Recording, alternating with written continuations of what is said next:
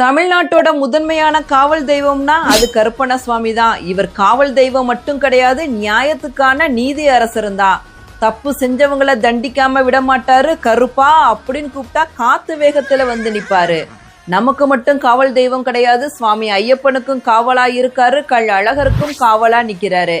கண்ணுல கோவம் கையில அருவாள்னு பார்க்க உக்கரமா இருப்பாரு, ஆனா அன்பால மக்களோட மனச உருக வச்சிருவாரு. சாமி எனக்கு நீதி வேணும் அப்படின்னு மனதார கேட்டவர்களை கைவிடாமல் காத்த தெய்வம் தான் கருப்பண்ண சுவாமி. கருப்பண்ண சுவாமி கோவிலுக்கு போனவங்களுக்கு தான் தெரியும், அங்க இருக்க அதிர்வை வார்த்தைகளால் சொல்ல முடியாது.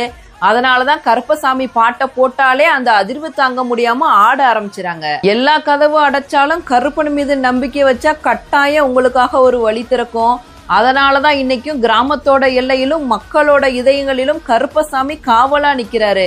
நம்பிக்கையோட அழைத்தால் அவர் வருவாரு. உண்மையாக வாழ்ந்தீங்கன்னா உங்களை காப்பாரு.